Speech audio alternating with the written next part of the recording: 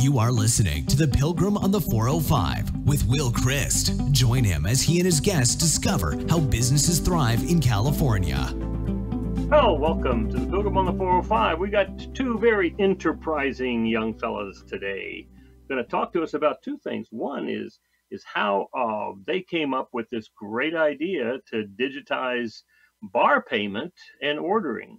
And then secondly, we want to hear about how this is going to help bar owners get back into the game quicker, faster, more efficiently, and safely, given the COVID constraints. So, Joe DePinto and Dan Wagner, welcome to the Pilgrim on the 405. Thanks for having us. How's it going? So you guys got a fascinating story. Tell us how you met. So Dan and I, we played baseball together. We met in the minor leagues for the Chicago White I am from Los Angeles originally. I went to school out here at USC and graduated in 2011 when I was drafted. Played 4 years. Dan is from North Carolina, just outside the Charlotte area. Went to college in Nashville, Tennessee, was drafted a year earlier and played 6 years. And basically, we met in AA. We were roommates together. And over the course of that season, having, traveled quite a bit by bus, the different towns that you go to, every 3 days you're on the road, we did go to some bars after the games every once in a while. We had a couple waters. And if you're in a new town every week and you lose your credit card, it's a tremendously frustrating experience not having any money while you're on the road. And then at the same time, every little bar or restaurant we would go to, you see the same issues of, and I have to wait to get my drink. I have to wait to close out. It's just a frustrating overall experience. It's something that we thought should be, just basically about the fun. And we figured, technology can definitely help with situations like that. So our careers both came to an end in 2014, and we kept in touch. We kept talking about ideas, and I'll let Dan get into that a little bit. But basically, we raised money and decided this is something that we want to pursue. We think there's a real business to this. Dan eventually ended up moving to California, and kind of have an interesting story from there. If Dan, you want to explain kind of your living situation and what we ended up doing when you first got out here. Sure. Yeah. I mean, wow, what a wild time. It's crazy. I think that's already been 4 years, but yeah, basically just baseball career ended and was living on the East Coast, as Joe mentioned. And we had managed to put together, a nice little business plan and raise a little bit of capital to sort of get the MVP version of bar pay off the ground. And sort of once the developers gave us the go ahead, I pretty much packed my bags and got a one-way flight to California to test this thing out. And so, obviously I assumed that I would be just either crashing at Joe's place or, something along those lines. We'd figure it out as things progressed. But it turned out to be a really fun situation. We lived the first 7 months or so on Joe's parents' RV, parking it outside of our first pilot bar, and it just a wild, crazy time. And then spent an additional 6 months living on another buddy's couch in Manhattan Beach, which I ended up, a couple years later, ended up meeting my now fiance, and I live here now. So it's been a wild, crazy story, sort of how we got to where we are and sort of how we're positioned now with this pandemic that's in front of us, and how it's sort of what we feel is going to play into bar pay's favor in the long term. So yeah, it's been pretty wild. So you guys had to do a lot of testing, right, to make sure it works. Come in and buy it and make sure they deliver the drinks to you, right? So what ended up happening, yeah. the reason why Dan, I guess, decided to move out here is through when I was in school, I got to know a bar owner of, it's called the 901 Bar and Grill. I'm sure a lot of USC alumni in Orange County and Los Angeles know what the good old 90 is. But one of the owners there was a big baseball fan, so we got to know him pretty well.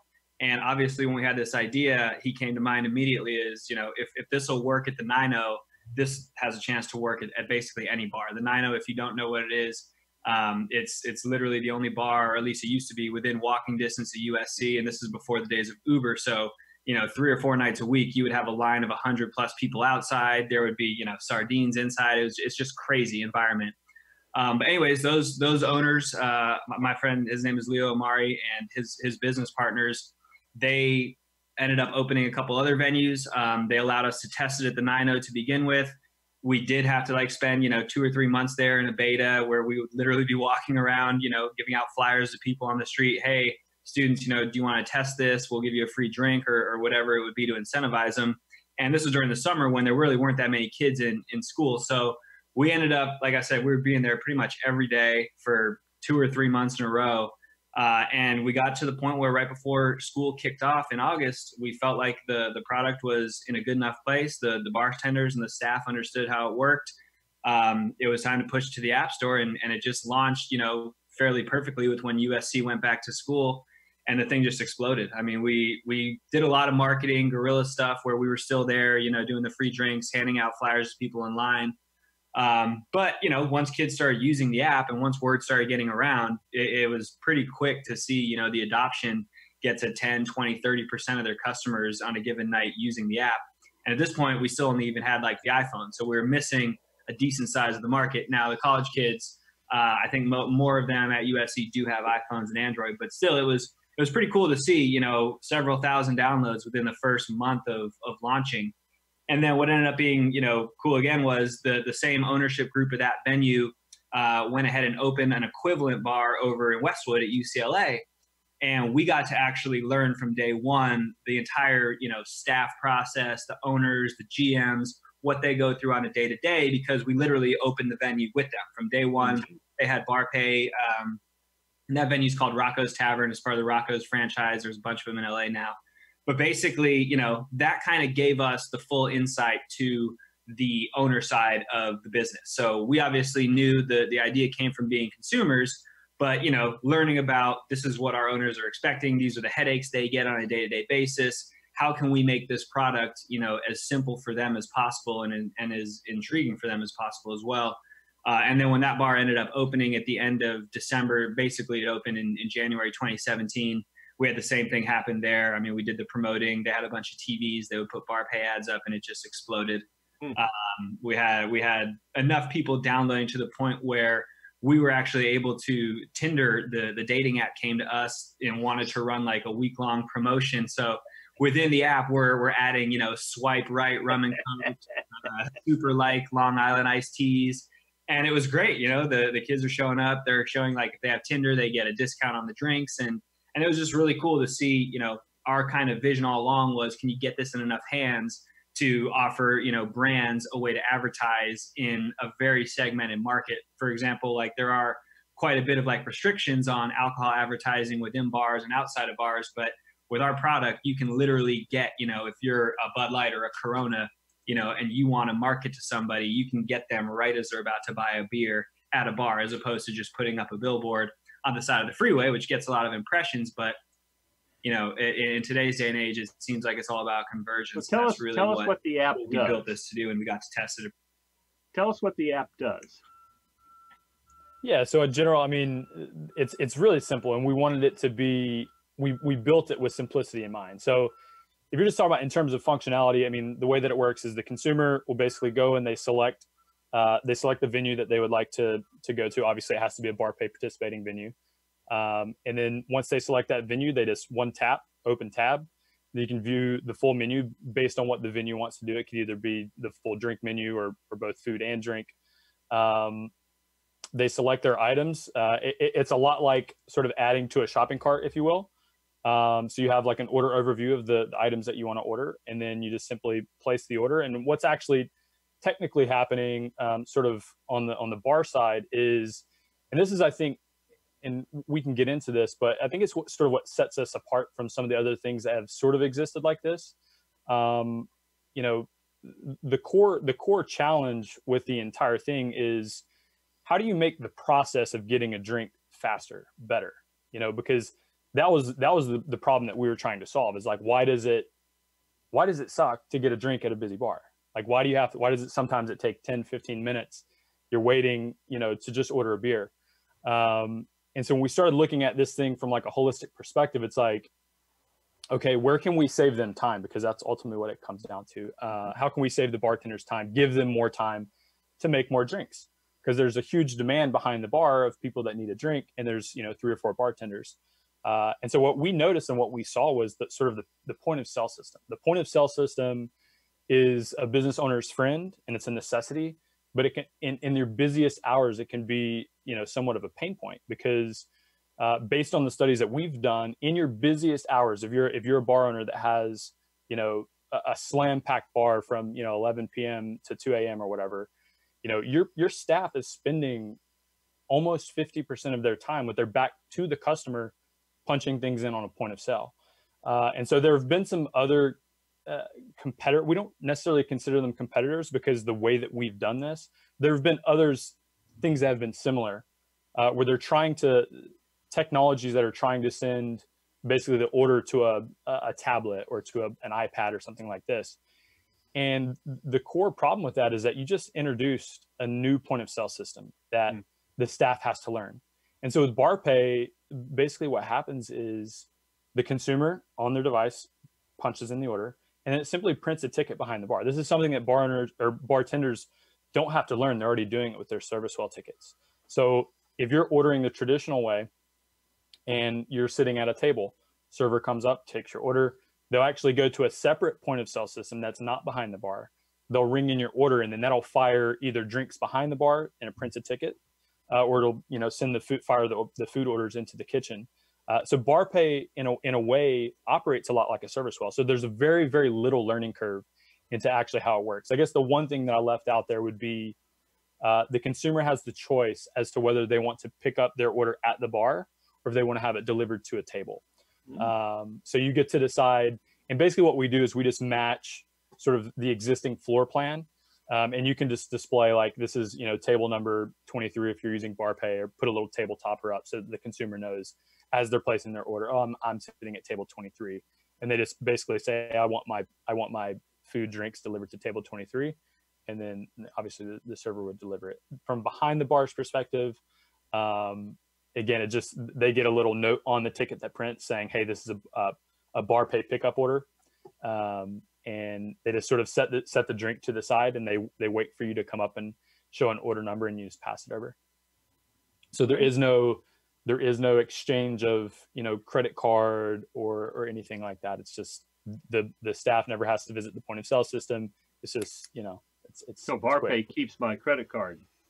Yeah. So we actually use the same processing company that Uber and Airbnb uses. So as a consumer, if you feel comfortable with those services, we trust all sensitive information to a company that's PCI compliant. We don't actually touch any of that. So it's just like Uber or any of these other services. You store your credit card on the application, and you just have to do that once. You don't have to do that once for each venue that you go to.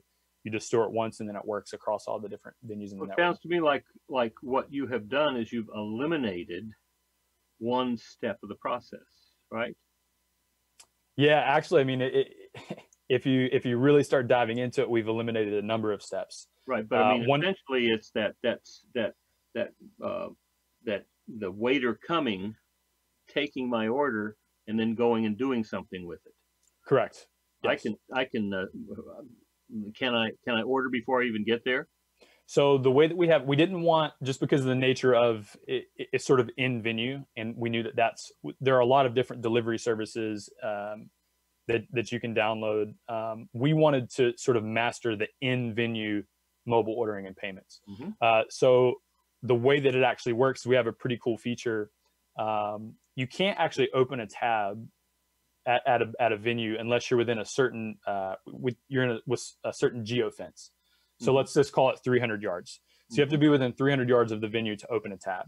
What's cool about that is if you forget to close your tab, which is a common thing amongst youngsters in bars, is, you're having a good time with your friends. Someone's like, hey, let's go over to this spot. You forget to close your tab at the bar. You leave. It's not until you get to the next place where you're like, oh man, I forgot my card at the other bar. What's cool about BarPay is that same threshold that lets you open a tab. It'll actually close your tab if you have a tab open and you cross that threshold. So you don't ever have to worry about closing a tab or anything like that as well. Well, so it sounds to me like that's a pretty big. I agree with you. Some of the most frustrating parts of going to a bar are waiting for somebody to come take my order. Yes, for sure. And then waiting for them to bring it back to me. Yep.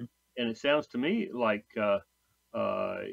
when I punch it in, that winds up behind the bar with the bartender immediately, That's correct. right? That's correct. Yep. I think a great example would be when people first get to a venue, and from a business owner's perspective, you know, the first thing you do when you walk into a bar is you want to get a drink, or when you're seated at your table, you know, you want to order your drink. It might be 3 or 4 or 5 minutes before your server comes up and introduces, and then she still has to go and put your order in, or he has to go put your order in. It's like, that could be an extra sale that the venues get out if the customer is on their own.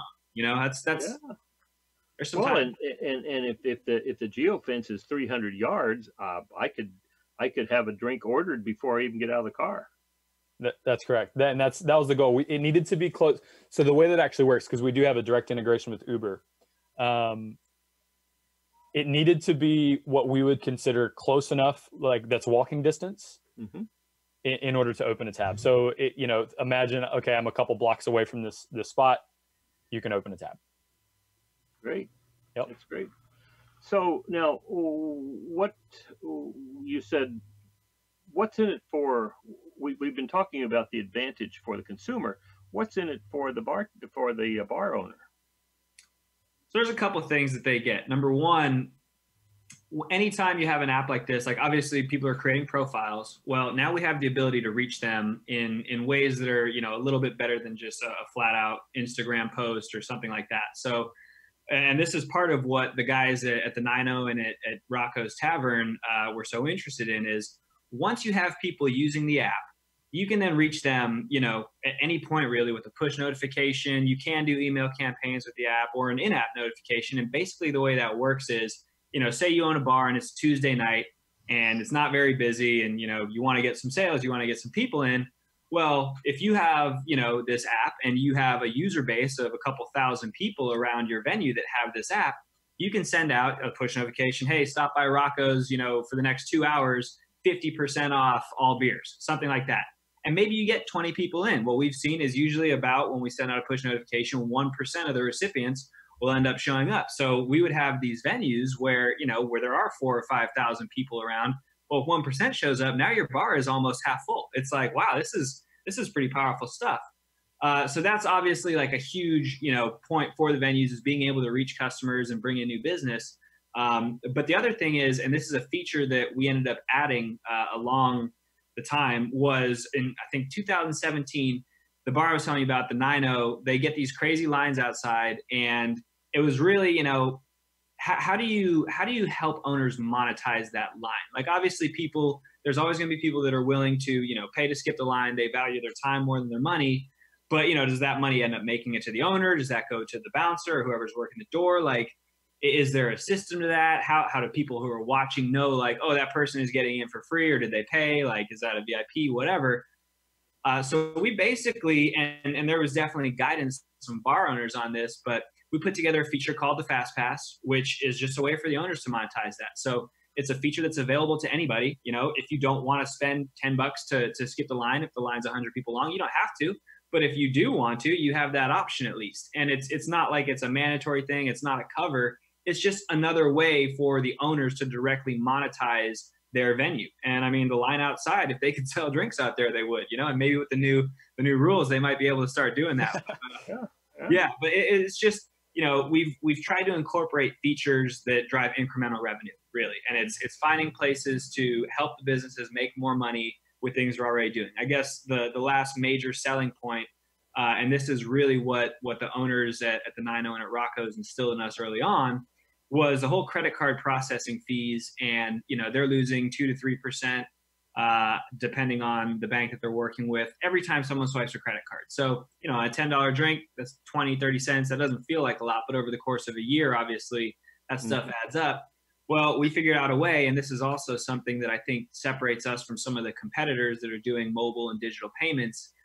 We figured out a way to either match or beat any processing rate, regardless of, you know, who they're processing with, what their rate is. We could process at 0% if we wanted to. And basically, that's just a way to go into a venue and say, look, we want to help you implement this system without creating any new expense for you. You know, it's just something that they can understand right away. Okay, if I sell a drink for $10 with, you know, my current system, I'm going to lose 2-3%. If I sell it with BarPay, I might only lose 1%. And that's just math that they can do on the spot. Say over the course of a year, if I can save 0.5% on my credit card processing, that's another $20,000 in my bank. So just trying to give them objective things that they could see right away, that are the benefits for their business. Well, all right. So what is there any cost to the bar owner? Well, so that's what is very interesting about our product is we did our best to find a way to how do you introduce this to a bar owner with, as Joe said, without creating any expense. And effectively we've been able to do that, and we've been doing that for the last couple of years as a part of an early adopter program, where we would just completely give the system away for free. At this point, sort of, we know that the product works. We know the value that it creates. We still believe that it's very important in terms of our philosophy. If something like this is going to work at scale, it's multifaceted. You have the consumer side of the market. You have the venue owner side of the market. You have the staff side of the market.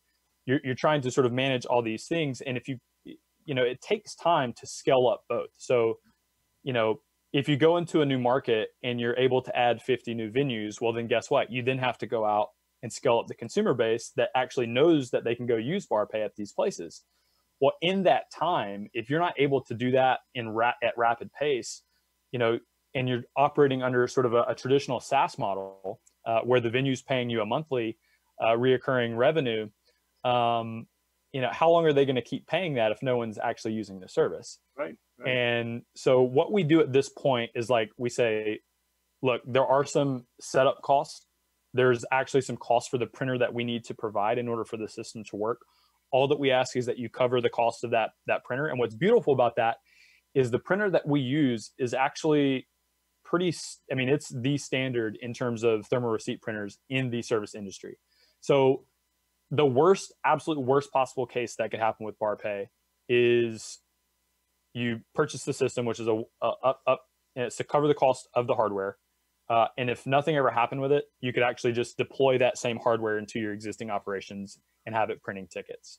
In a lot of cases, depending on the venue, if we deem that it's a high volume place, we can certainly work with, and we're still open to providing the printers for free.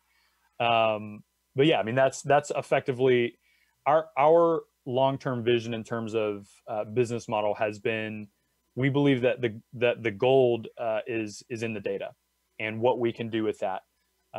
Joe hinted on some of the things that you can do, but another just quick example of how powerful this stuff can be, especially when you start getting that consumer network, is let's say, in the world of craft beers, like the rise of the craft beer, I don't know. It's insane, like how many new craft beers are coming out and breweries, etc. So imagine you own a local craft brewery, and you put 2 new IPAs out on tap, right? We have the ability to sort of, look into our data and say, here's all of the IPA drinkers that have ordered an IPA within the last 2 weeks or last month that are within a 10-mile radius or a 5-mile radius of your craft brewery. And what's cool about that is if you're the consumer, right, and you're an IPA drinker and you love craft beer, are you upset that you get a notification saying, hey, here's $1 off an IPA? Well, absolutely not. Like, you're like, cool, let's go check this place out.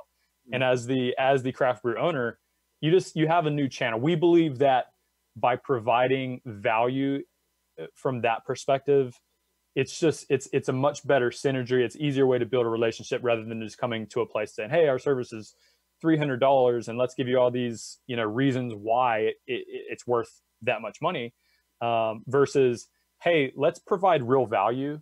And if we're able to do that in a meaningful way, we believe that we'll be the benefactors of the money on the tail. So this is a Google play. In a way, yeah. We'll give everything away for free, and there will be people who will pay ads because of the data. Yes, we believe that, both from the venue perspective and third-party brands. Now, we do, like, we do have features, and I would imagine that, you know, this isn't just a product that we came out with and you know, we're done innovating. As we'll get into with the digital menus thing, we always have our fingers on the pulse of what's happening, and so there will be other opportunities that come up, new features that I'm sure we'll come up with that we're able to monetize. I mean, the Fast Pass, for example, is a big revenue generator for us, but we can justify charging what we charge for that service because it's incremental revenue. It's found money for these owners. And they don't really bat an eye at saying, hey, we take a certain percentage of those sales. But on the drink side, we just believe that if it's ever truly going to scale, it has to be extremely friendly to the owners. Right. Well, I can imagine somebody on Tinder connecting to BarPay and inviting somebody to a bar and the drink's already paid for. Just come on in, huh? Yep. Yeah, another feature that we look forward to introducing at some point in the future is you know, the ability, let's say you have a buddy in New York or something like that, it's their birthday, and you know that they're out with their friends or whatever. It's like you'll be able to have the ability to, you know, shoot your buddy a note, a little pop up on their phone that says, hey, Dan wants to buy you a drink, and then they can accept that drink or decline it, and if they accept it, it prints the ticket at the bar that they're at. So if I'm a bar owner, mm-hmm.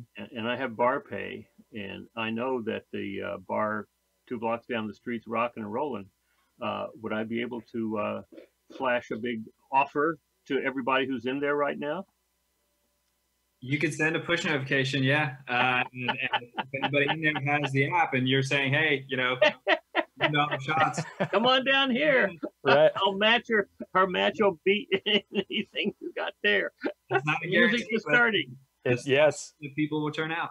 Woo. Could get interesting. Move over. Nice, very nice. All right, so let's talk about business. What do you guys think?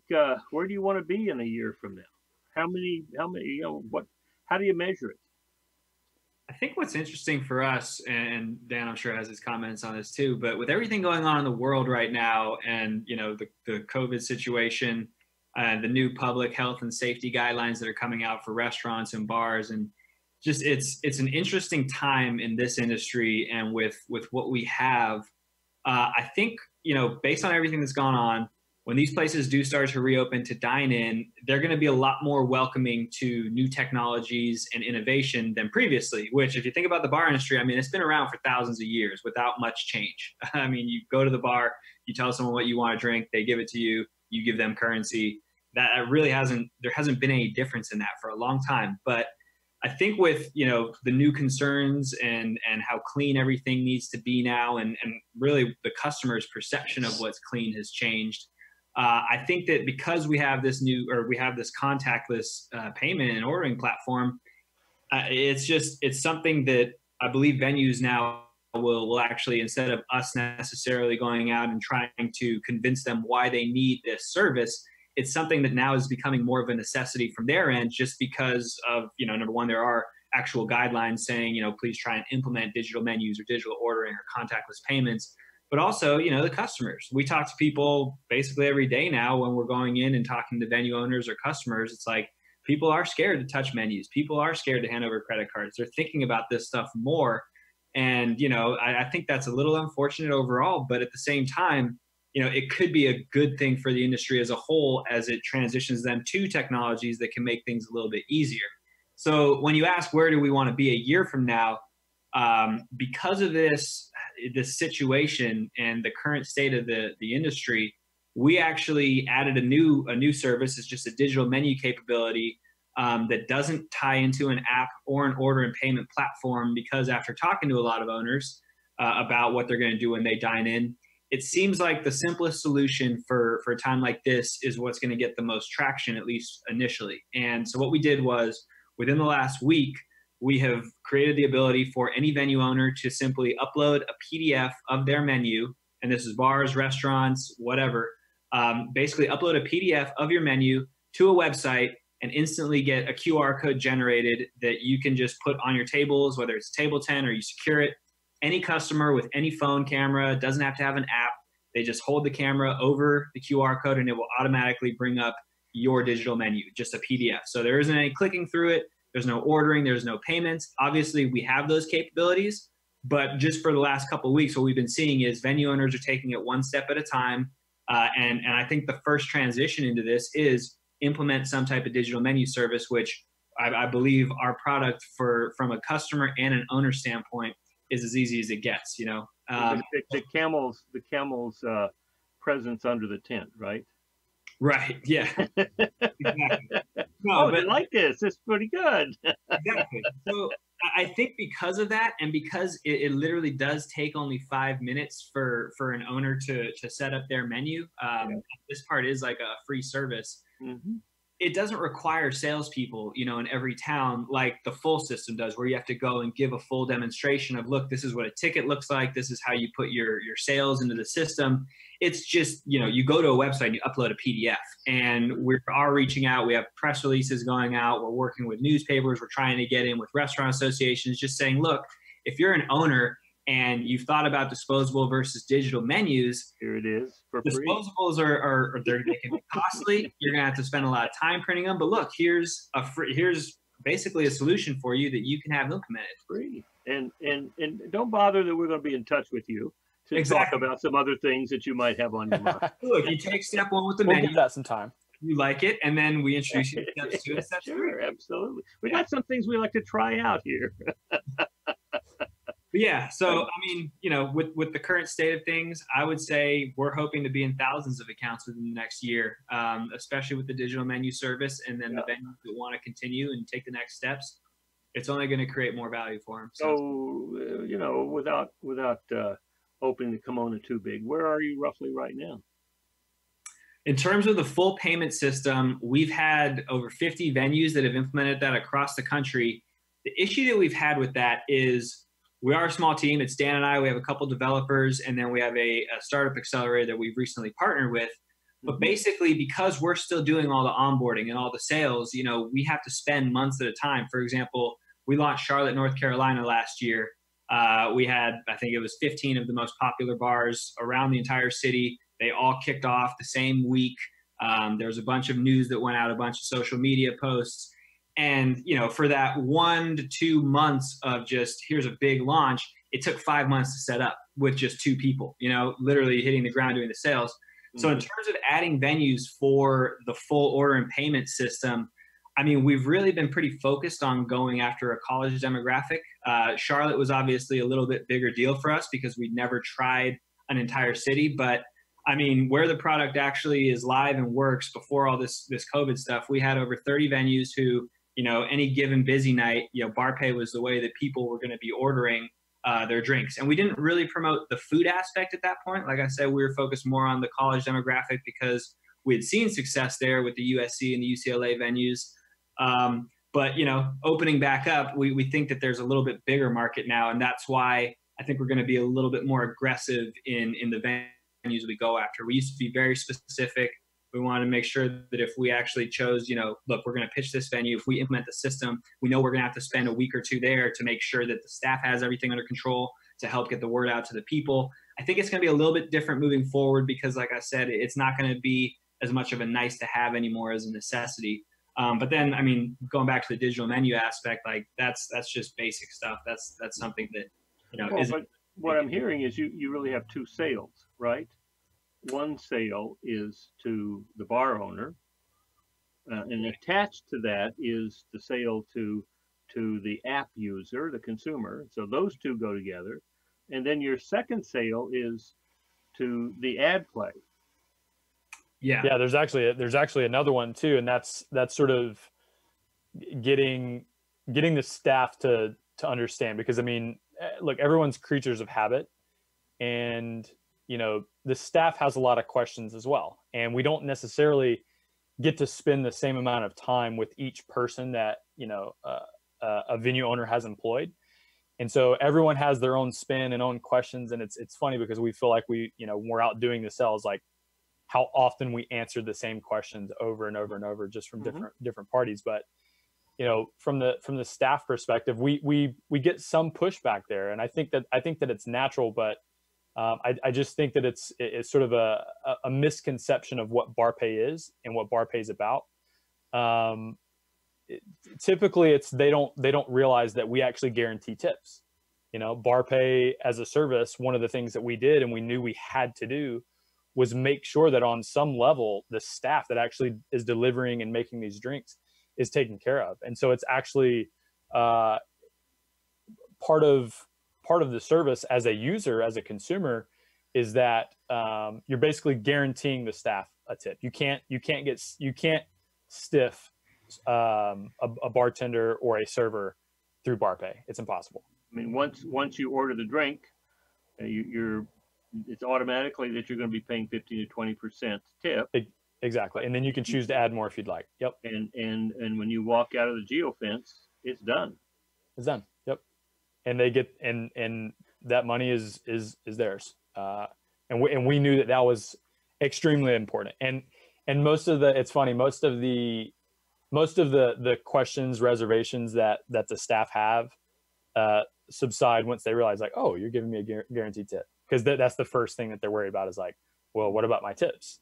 And obviously, working with owners and stuff, like, we knew it was going to be very, very important to make sure that the staff was taken care of. Well, when and how do you go about making money? Because that's all going to come through advertising, right?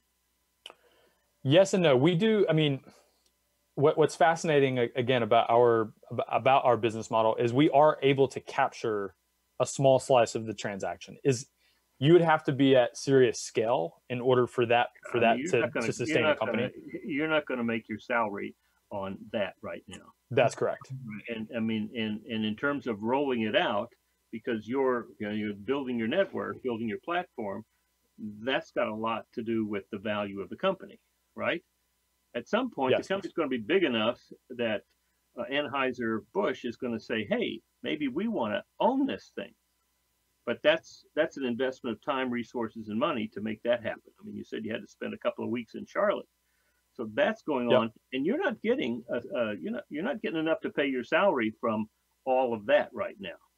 That's my guess. That's correct. That's all correct. Right. So when and how?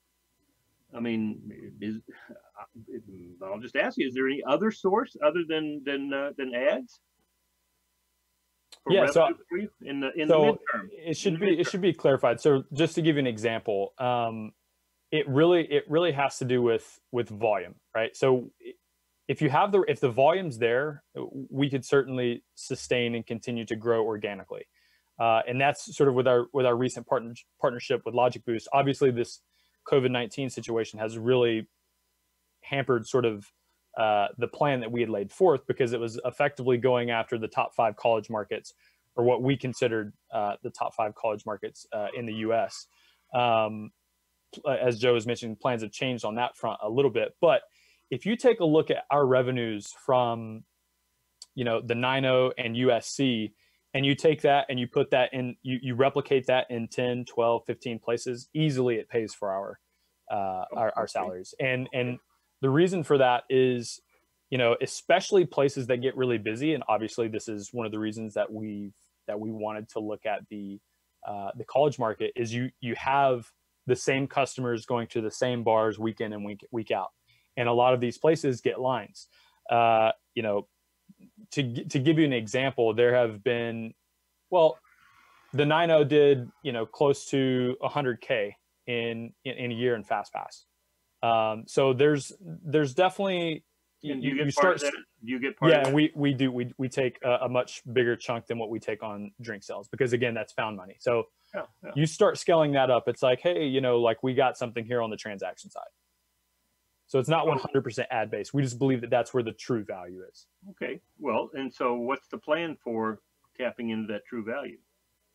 Joe, if you want to, I think talk on sort of the plan for, when colleges do come back, sort of what that looks like. Well, they're going to be back. Colleges are going to be back, right? They may or may not be inside the bar. Well, but they're going to be drinking. Yeah. It's interesting is that we've been seeing, keeping up with some of the universities that are not going to have students back in the fall.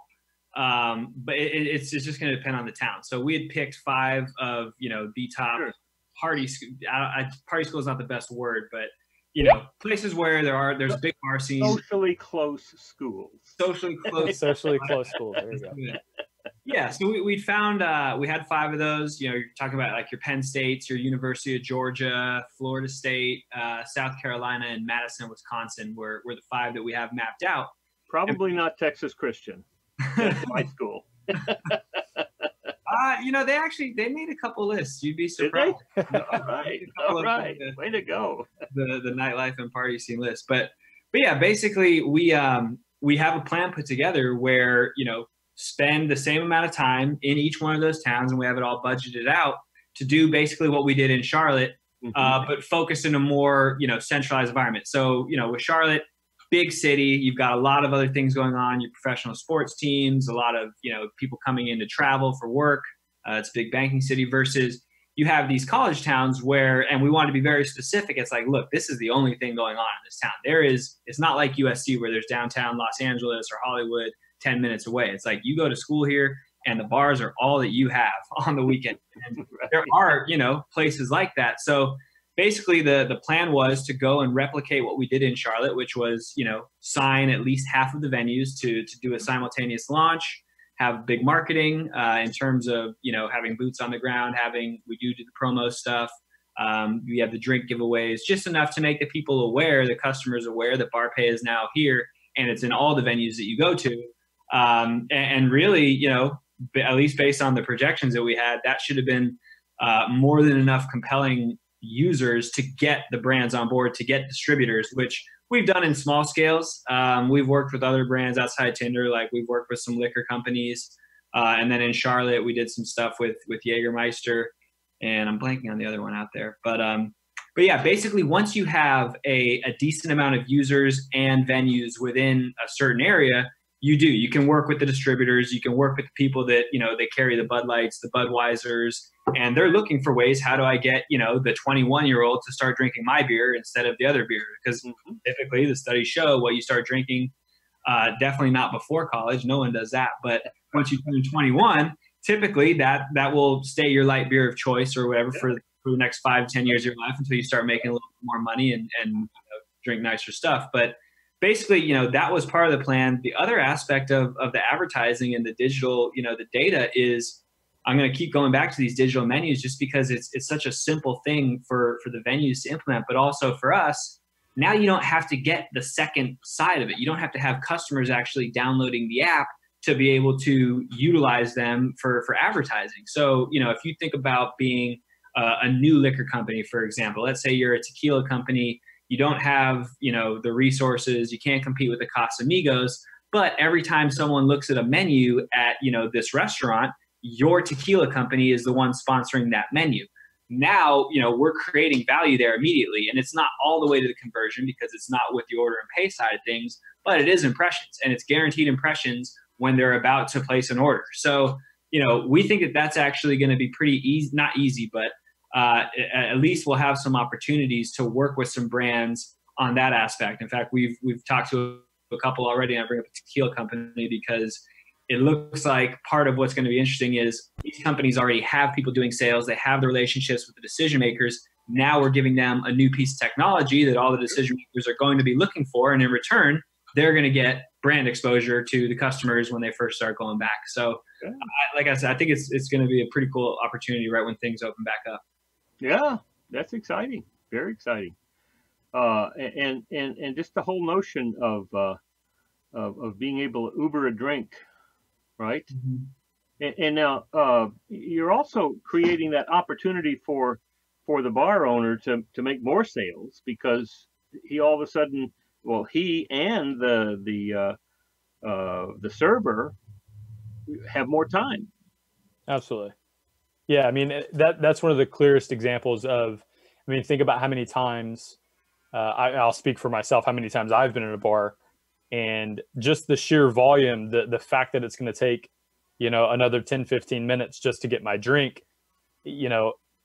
I have that sort of decision. We're about to leave. I kind of want another drink, but I don't want to wait 15 minutes. Right. You could get that extra sell. Or to Joe's point earlier, it's like as soon as I sit down, I'll use the digital menu example. One of the cool things that we're going to be able to do is if you are if you're a bar pay active venue, meaning you've deployed the order and payment system, and you've also, made the wise decision of, implementing the digital menus for everyone, we can just simply, with the flip of a button, when your menu pops up, it says, view menu, which is the simple PDF, no app required.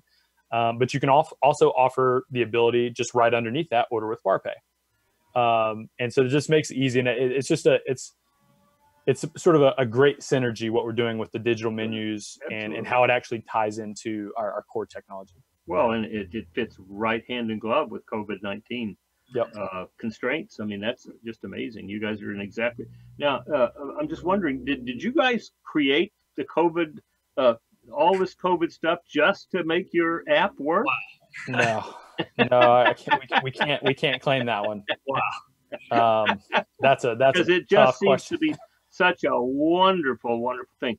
Well, all right. So, what would you like to say to folks as we're coming to the end of our time together, which has been very enjoyable? What would you like to say to folks? I think just when places do start to reopen, be smart. Obviously, there's going to be people that have their concerns. But like I said, venues are going to take precautions. They're going to do everything they can to make sure that people have the safest environment. Obviously, I think our products fit really well in line with that. But at the same time, I also think people have to start living their lives again. Like we can't do things out of fear. And I think that, bars, restaurants, that's part of being social. That's a lot of, jobs in this country. People love that environment. Just be smart when you do it. And don't be stupid. Right. Yep. Yeah, that's right. Well, that's great. This has been really wonderful. I mean, this is just another example of how businesses thrive in California. And here you are thriving and getting ready to thrive even more in the midst of these constraints. So that's wonderful. That's what this show is all about, is highlighting businesses that are thriving in California. So it's the Pilgrim on the 405 saying thanks for being with us. Thanks, Will. Cheers. You've been listening to the Pilgrim on the 405 with Will Christ.